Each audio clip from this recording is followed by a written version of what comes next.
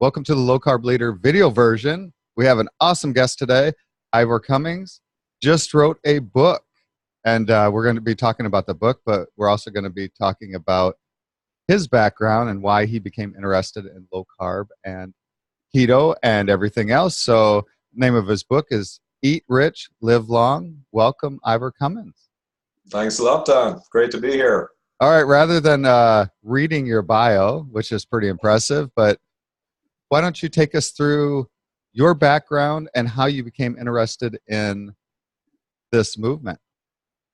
Right. Well, originally, I generally ate healthy. I'm 50 years of age this December, but generally ate healthy, or at least I thought I was eating healthy, healthy whole grains and not eating too much fat. But several years ago, in 2012, I got some routine blood tests prior to having an operation for a bicycle accident. And a few of the metrics came up really, really high. So it was serum ferritin and the liver enzyme GGT, and the cholesterol was high also. So basically, in my day job, I'm a professional problem solver in engineering. I originally did a biochemical engineering degree. So I've been a manager and a kind of a team leader for decades in engineering complex problem solving. So when I saw these really poor blood tests and discussed them with the doctor, I noticed that I was way above the population average.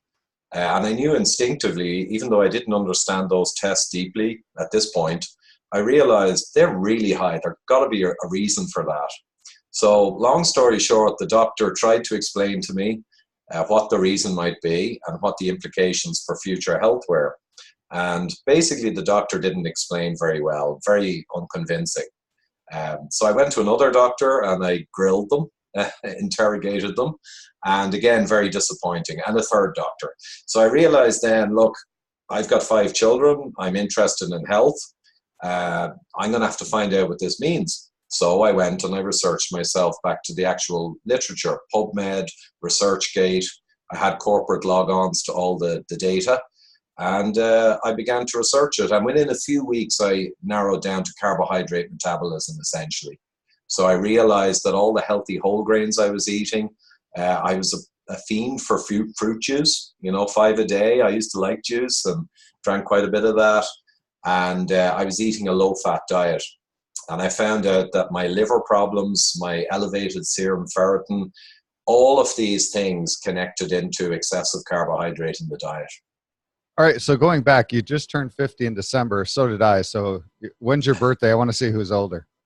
I'm 50 on the 29th of December coming, next December. Oh, okay. I turned 50 on December 3rd. So well, you're looking young anyway, that's for sure. I was going to say you are too. Well, yeah, that's awesome. So a little bit about your background. So biochemical engineering. So kind of describe about what did you study there in that program? Right. Well, in second year in the chemical engineering course, you had a choice to do biochemical or classic chemical.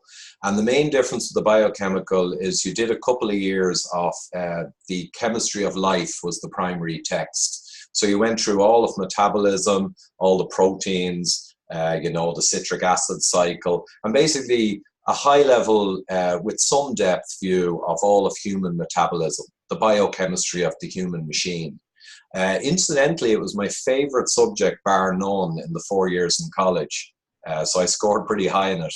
But then for 20 years, I worked in, process industry and microelectronics and fluidics. So I never actually used a lot of that knowledge. So it lay dormant. But then when I got my blood test problem, I got the latest edition of the Chemistry of Life, and I can recommend it for people. It's Dr. Stephen Rose on the 4th edition, The Chemistry of Life.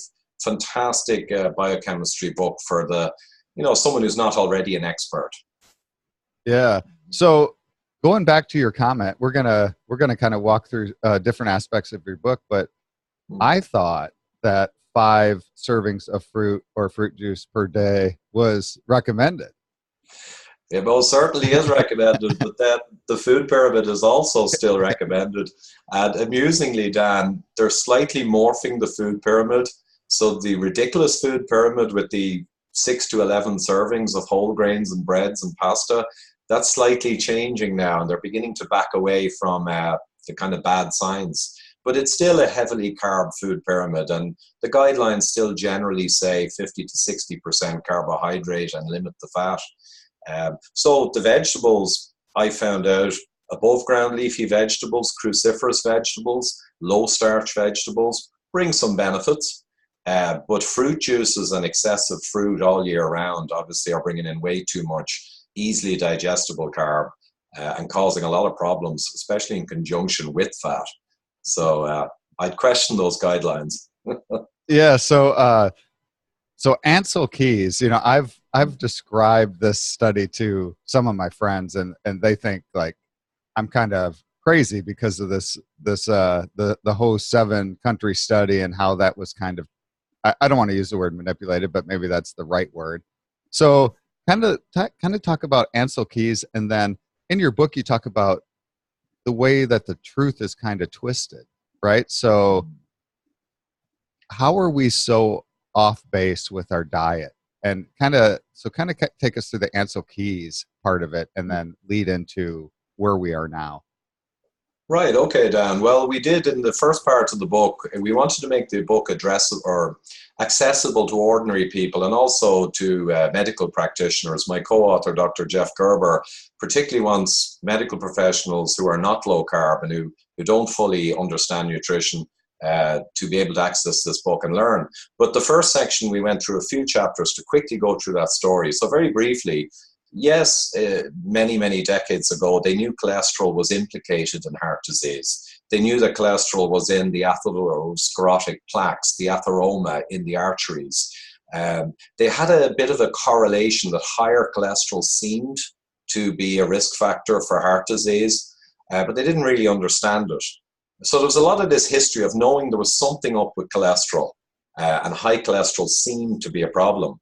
Now, Ansel Keys took this and brought it into hyperdrive because he believed that the high cholesterol was certainly causal, and he believed that excessive fat in the diet drove higher cholesterol and hence drove heart disease. So I think you referred to his studies there. The first one was the 6-country study. Six country, yeah. Yeah, that was the initial one, and that was just a confection. It was a bit of fluff. It was a joke to a scientist nowadays. It was just he picked 6 countries with their percentage of saturated fat and their incidence of heart disease. And he got a straight line, more fat in the diet, more heart disease. And the classic understanding now is he chose 6 countries out of 22. But if you looked at all 22, there was no real correlation. And also sugar in the diet correlated as strongly. But he dismissed that and wasn't interested because his belief system it was the fat. So he was biased in his beliefs. So the 6 countries was kind of laughed at by many top researchers because it was just a correlation and cherry-picked countries. But Ansel was a very powerful character, and he did not give up. Rather than questioning his own work and realizing that he kind of screwed up with this big claim from a correlation, he drove ahead and organized the 7-country study.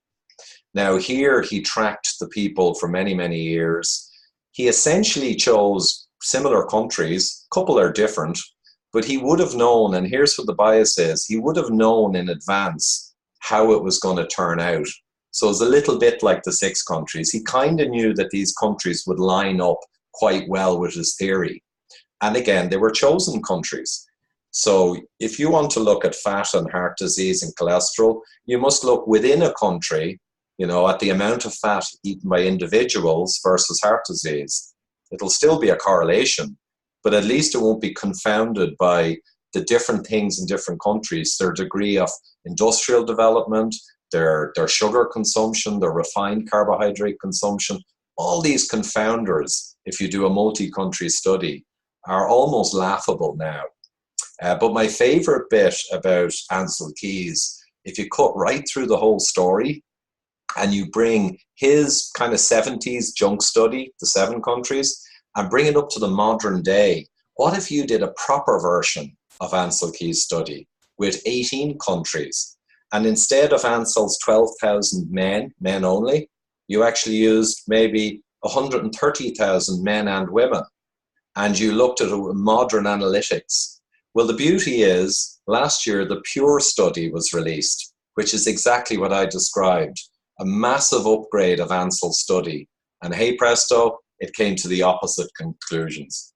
So what it showed in summary was how more fat in the diet was certainly not bad. It trended lower in heart disease, and it was actually significantly lower in stroke.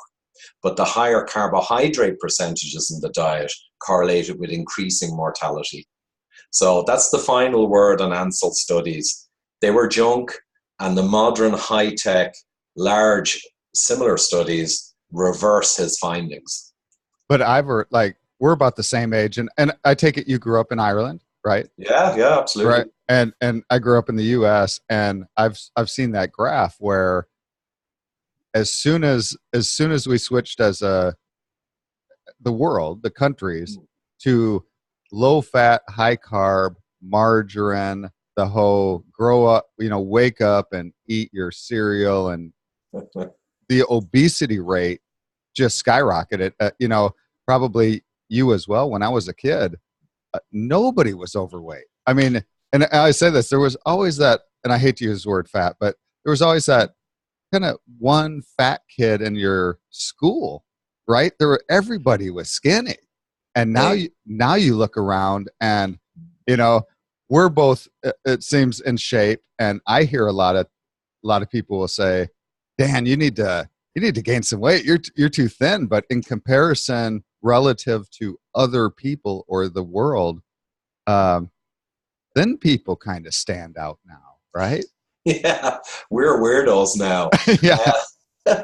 Absolutely. There's so much in what you just said, Dan. I mean, Mike Eads and Gary Taubes have brought up this similar point that if you look back at photos from the 50s, 60s, even 70s, the rock concerts, the school graduation photos, it's dramatically different. And exactly as you say, when I was growing up, there's the odd kind of very overweight young kid, and they got an awful time because they really stood out. But nowadays, I was most struck, I think, I began to really notice it around 2002 or 3. I was living in an area, and I noticed the kids going to school. And I just realized they're almost all overweight, and some are really big. And it just struck me exactly what you said. And this was before I discovered all this stuff. It just struck me, that's weird. How has everyone got fat? And the kids, they all got fat. And to an engineer, a root cause problem solving specialist, when something changes dramatically, there might be multiple causes, by all means, multi-factor, but there's going to be a few big ones. And we call it the Pareto Principle. The top 20% of all the causes that caused your mess, they're going to be a few big ones, and then there's going to be smaller stuff. And now I think we know what the big ones were. The big argument is refined carbohydrate, pure sugars, vegetable oils. If they're hovering around the top problem, which of those is the biggest? But I think it's easy to eliminate all three. So you don't even need to know which is the big, because you can eliminate all three.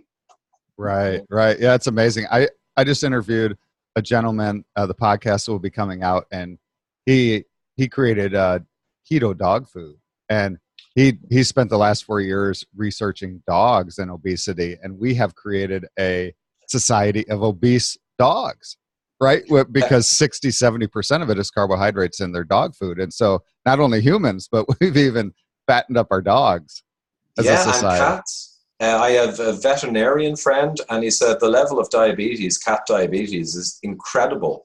And he said that's exactly what it is. It's insane. They're feeding them cat foods with carbohydrates, and they're carnivores. So with all of his patients, he simply gets them to feed them real meat and protein, and he pretty much takes away the diabetes. But that's the problem. We've made our pets fat, ourselves fat, and the root cause is not rocket science, to be honest. The main drivers. Now, people are exercising less. That's not really a big part of it, of course, as you can imagine. It's what you put in your mouth that's the real issue. Right. So you mentioned three things: carbohydrates, sugar, and vegetable oils. Which one's worse?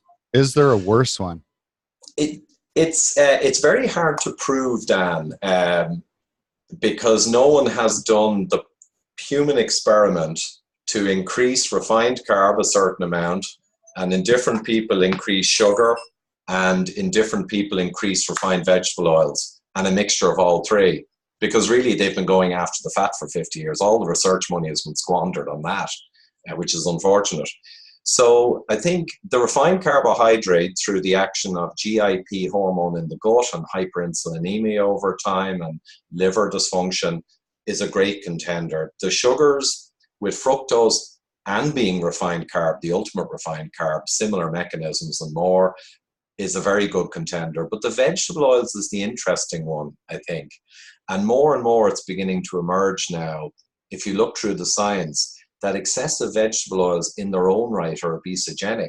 And we deal with the vegetable oils extensively in the book, because I think more people are becoming aware that refined carb and sugar is a problem. I think there's very few people, except industry shills, who would claim otherwise. But the vegetable oils, there are a lot of animal experiments with vegetable oils. And one of them actually we feature. The title was, let me see what it was. Yeah, it was soybean oil is more obesogenic and diabetogenic than coconut oil and fructose. So the study in animals actually showed that the soybean oil was worse than the saturated coconut oil, and even worse than fructose, and even combinations. So there's a whole series of animal experiments that are not being publicized that show that if you go up to 8 to 10% of omega-6 vegetable oils in the diet, in animal models, they're showing it's as bad as sugar and saturated fat together, which is fascinating. And there are many mechanisms now which make sense in the human body, how the vegetable oils are processed as to why they would drive obesity. So I think that's probably the latest new kid in the block. It could be one of the biggest drivers in the last 50 or 60 years. Yeah, and these vegetable oils are in everything. You know, I mean, you have to go out of your way to find, basically, you almost have to use your own olive oil, you know, because these oils are in everything. So, well, let's just talk about oils a little bit more. So, what are the bad ones and what are the good ones? Right. Well, we have a simple rule. So if they're cold pressed from real, like olives, you know, they're essentially a monounsaturated fat, not too high in omega-6, and they're not extracted with hexane and industrial solvents from seeds. So olive oil or coconut oil and palm oil, if they're cold pressed and they're not highly omega-6 dominated, they're generally good oils. And butters can be used for cooking. They're natural, real fats. They're real, essentially real food. If you take the classic vegetable oils, seed oils, and even canola, because canola has been marketed now and pushed as a product for around 15 years. And interestingly, canola was designed to be higher in omega-3 and not so high in omega-6. So you'd say, well, maybe that's better. But the problem is, it's not just the omega-6 excess. It's also the fact that they're industrially produced, they're heat damaged during their processing. They can take up residence in your cell membranes and be prone to oxidation.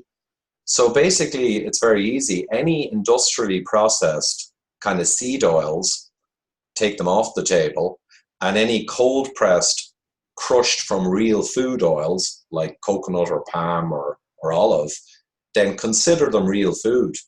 Now, the only thing I'd add to that, and I know Dr. Gerber would always mention this too, is excessive eating of oils, even if they're not particularly bad, like the seed oils, you're bringing in very empty calories. Essentially, they're just pure energy without really much nutrition.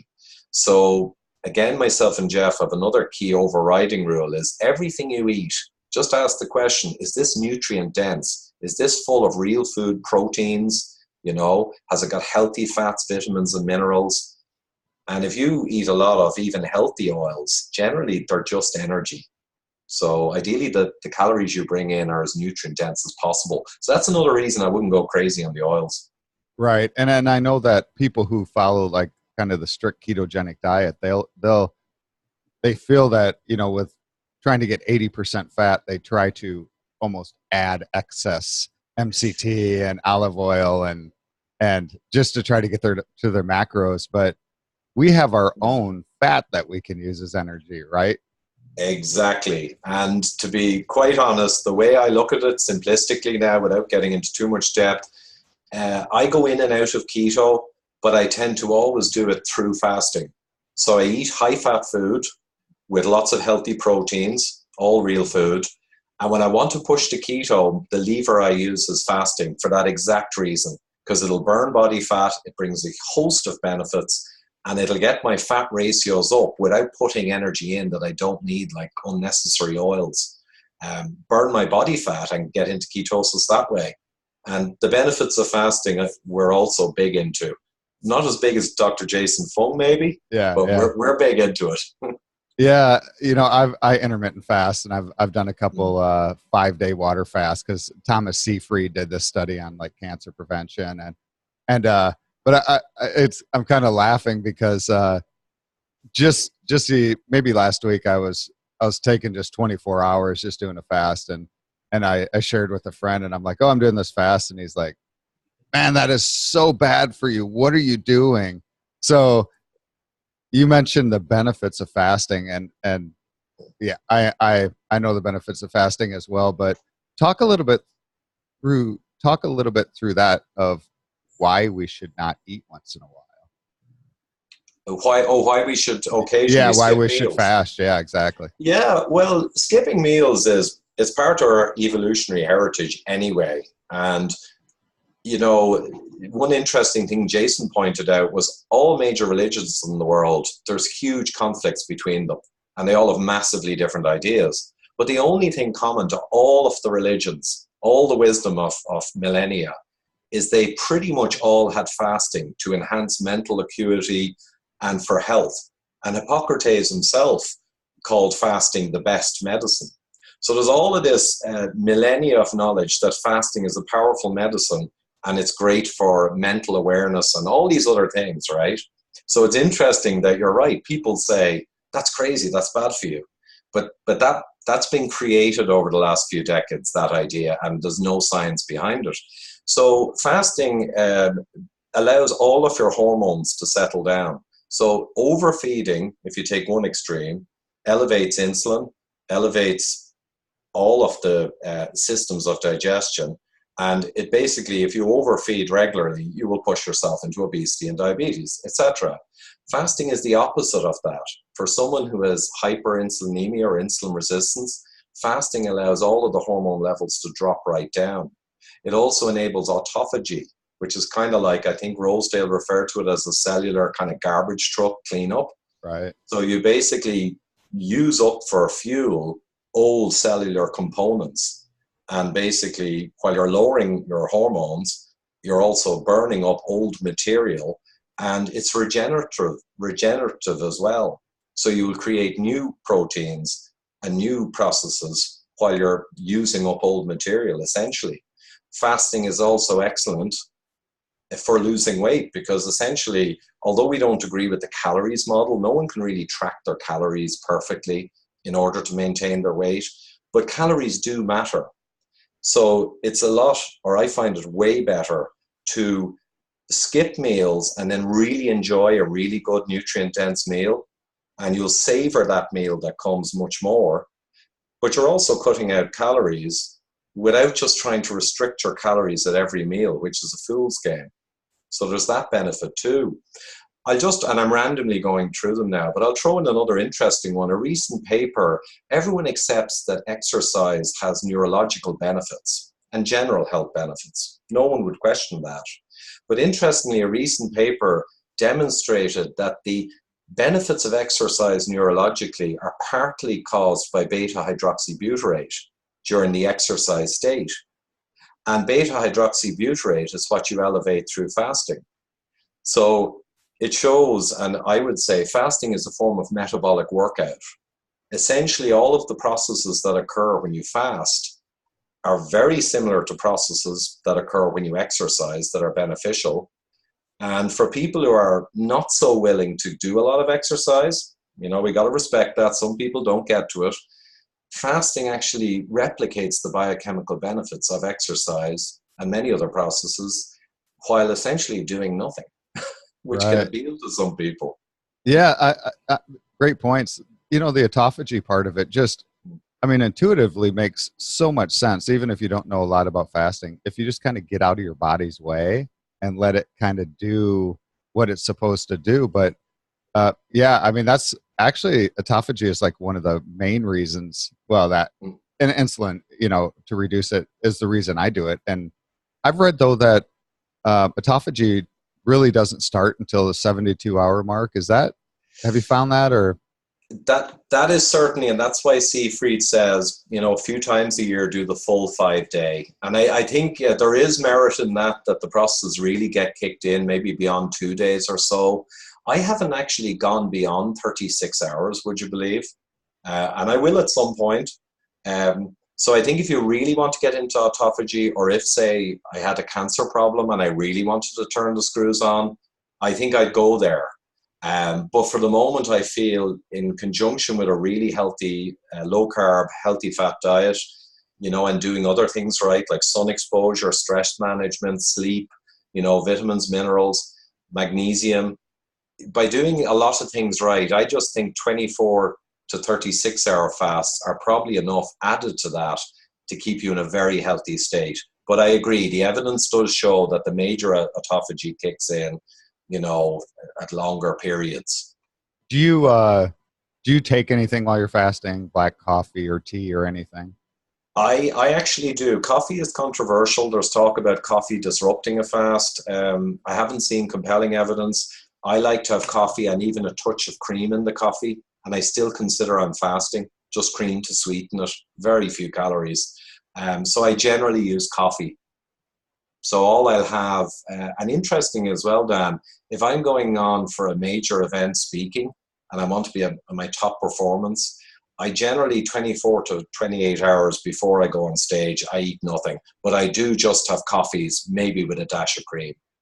And I find that it's a performance drug is a phrase I used once, fasting. Yeah, I agree so much. If you're listening or watching this and you haven't fasted and you're thinking, well, I get drained or whatever, um, I experience the same thing when I don't eat. My mental clarity is better. I can think better. I have more energy. But I think what some people do, they'll come off of a high carb diet and then try to fast. And I've actually done that, and that is I wouldn't say that impossible, but it is so much harder than if being low carb and going into a fast because I almost have to force myself to eat. And I've said this before on the podcast, but I it'll be 3 or 4 o'clock in the afternoon, and I'll be like, oh, I should probably eat because being low carb, it's just your hunger is just so much more reduced. There is indeed, Dan. There's a massive, and that was the thing that struck me back in 2012 when I first discovered this. After a few weeks of research, I realized, and I found it hard to believe that all the experts have been wrong. But I knew from my research they had to be wrong. I'd been long enough solving problems, complex problems, to know I was right without sounding arrogant. I knew I was right from the science, but I couldn't believe they were wrong. But one of the first things I was most shocked at was the appetite control for the first time in my adult life. Now, in 8 weeks, I lost 35 pounds, Wow. and that was all I needed to lose. And it was 8, 9 weeks. And people, after 5 or 6 weeks who hadn't seen me, just couldn't believe what they were seeing. But it was easy. And that was the most shocking thing. Once I switched to high healthy fat, low carb, I could control my appetite at will. And then I discovered the benefits of fasting long before I actually researched fasting. I realized you felt edgy, energetic. In the afternoon, after 18 hours not eating, or maybe 20 hours, I would go in the afternoon. The other engineers and the managers in the meeting, I'd be way sharper. They've had their lunch. They come in, they're kind of tired in the afternoon. I haven't eaten in 20 hours and I'm just edgy. I'm almost like I'm a little too edgy. Right. I'm Right. answering everyone back too quick. Extraordinary. And people find it hard to believe.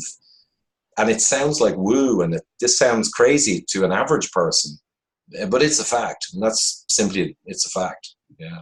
Yeah, I agree. So let's move on to sugar a little bit because Mm. so for the general population, when we say sugar, they're thinking, uh, you know, shakes and junk food and processed food and all that stuff. But So comment on that about what that does to your body. But then also, what about clean carbs that kind of turn into sugar in your body? So if we could talk about both of those, like sweet potatoes, rice, that type of stuff that's higher carb, and what that does. So let's talk about like when you cheat, when you eat a high sugary meal, high carbs, what does that do to your body that's good or bad?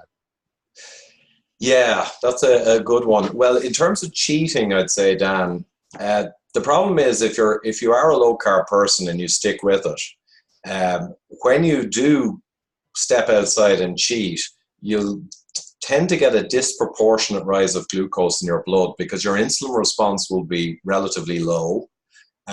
Your whole system will be keyed up for fat burning. And if you suddenly dump glucose in, and this is a common thing, low carbers can fail glucose tolerance tests and look like they're unhealthy because the insulin response is muted and the blood sugar can jump quite high. Now, high blood sugar spikes are not good news. So I'd say cheating should be minimized because you've set your machine up to be a low carb machine, and regularly dumping in sudden boluses of carb will give you big blood sugar excursions. And that's not ideal. So I'd minimize the cheating for that reason. If you're going to kind of cheat, I would say, well, sweet potatoes and things like that, and maybe some potatoes with a meal or some rice. I do a bit of that. That, if it's fibrous, like the potatoes, it will tend to go further down your ileum and your duodenum, down your intestine. And the big problem with rapidly digestible carbs mainly is GIP hormone in your upper intestine. If you eat rapidly digested carbs, they excite that hormone, which excites insulin and also primes your fat cells for storage. But if you eat carbs that are slower release, and this is a cliche, but it's actually true, slower release fibrous carbs will travel further down your intestine, down to your lower levels, and release GLP-1 hormone and PYY, which are appetite controlling and positive effects more so. So I'd use that knowledge. And if anyone wants to, I did interviews with Gerber or Dosi in Hungary, and we discuss all of this. If you want to cheat, use fibrous carbs or sweet potatoes that travel down and give some benefits, I'd say.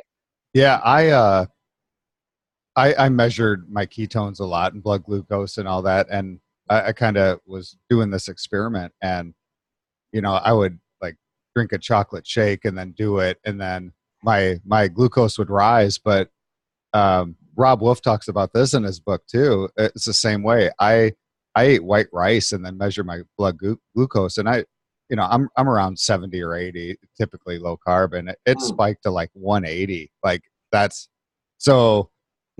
Just a little bit of rice, and I think what you said is exactly correct, because I lived in this low carb world, and then I hit myself with some fast digesting carbs, and it just skyrocketed, which made me diabetic, at least for that moment, right? And so we have to be careful. And in your book, you talk about like most of us have diabetes. Yeah, yeah, go ahead. it's a provocative term, but I guess what it's based on is, and many doctors or MDs may not realize this, it's on the record published 2 years ago in a scientific paper that at this point, 52% of adult Americans are pre-diabetic or diabetic. And the point myself and Dr. Gerber would make is pre-diabetic diabetic is just confusing people. You either have diabetic physiology or you don't. So that means 52% of adult Americans are on the record now as being essentially diabetic. Now, if you mention them with insulin, and we did a lot of work on this with some people in the field, we guess 65% of adult Americans would have an inappropriate insulin response to glucose. So it's possible 2/3 of adult Americans are now essentially diabetic by the best measures. And that's insane, because imagine admitting 2/3 of our adult population now have a particular disease state. That's beyond epidemic. And hence the phrase, most of us are diabetic. It's outrageous, but that's the way the data is. Yeah, that's nuts. It's really nuts if you think about it, saying that, 60. You gotta pinch yourself.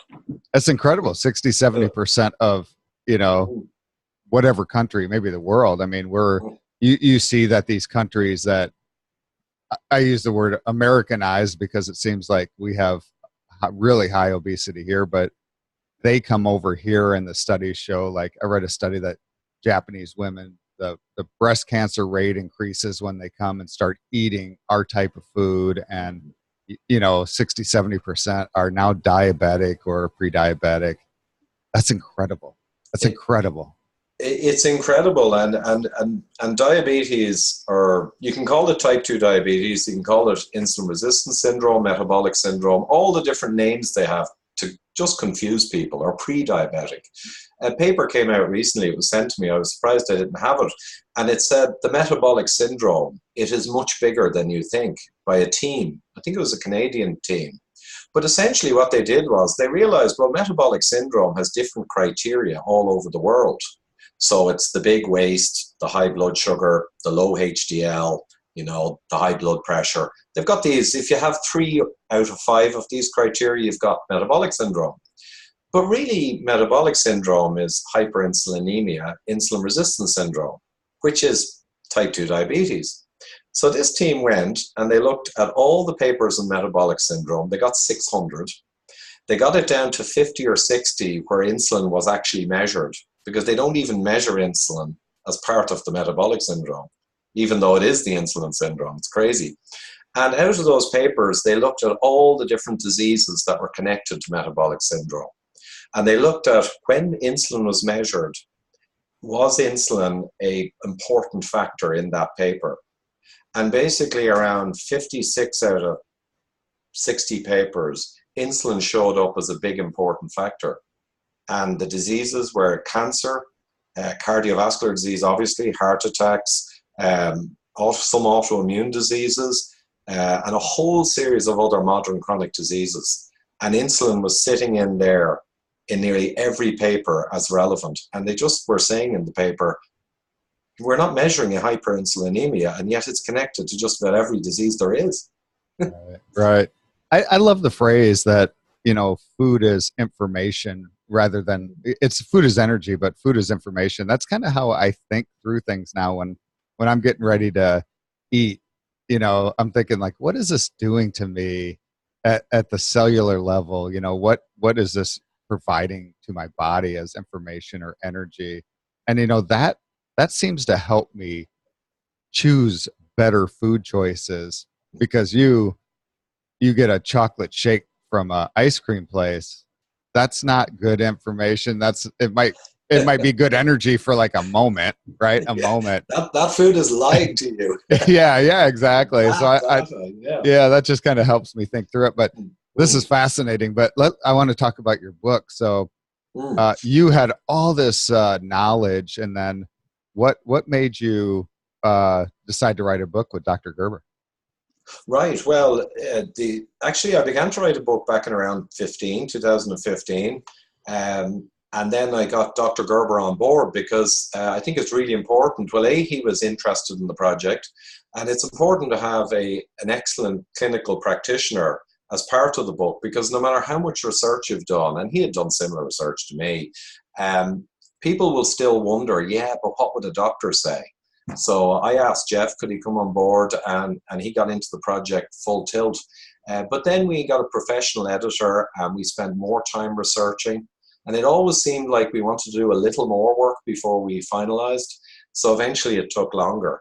But the book really, I had an enormous need back in 2013 when I discovered all of this, to give lectures to the engineers in my workplace. I put them on YouTube, because I was so angry that we'd been lied to for so long, right?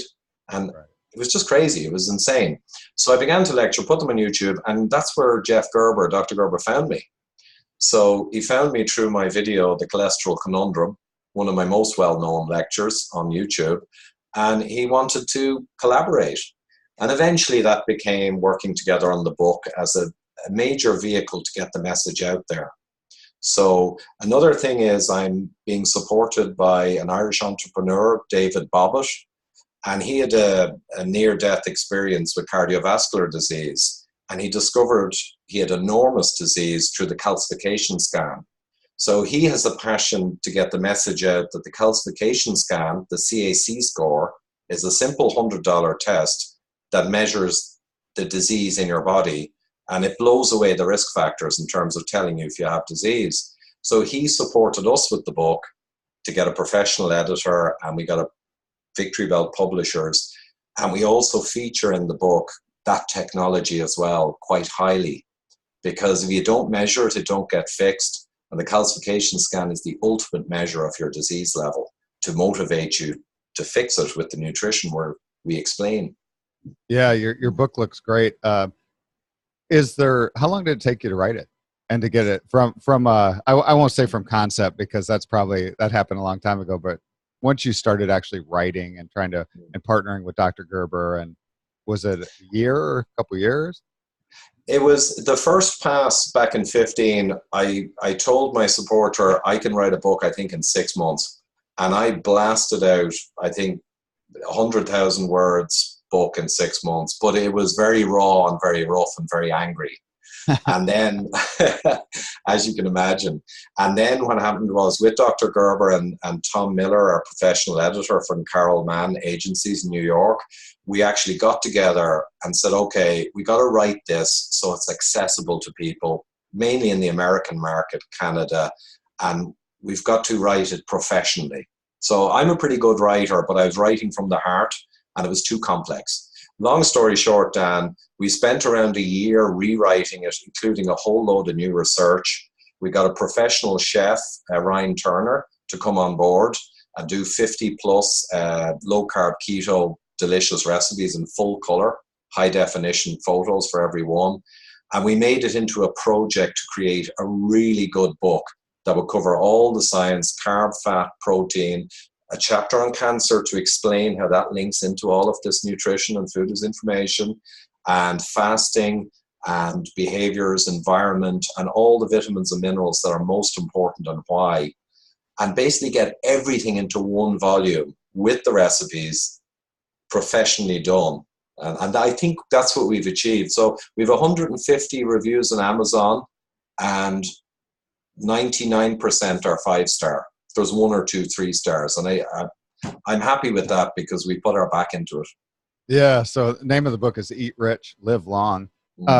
Did you learn anything writing the book? Was there any discoveries that you made? Because partnering with a chef and a doctor, but you had a strong background yourself. Did you find out anything new or any great discoveries? Well, I think really what the learning process for me was being challenged on my level of proof.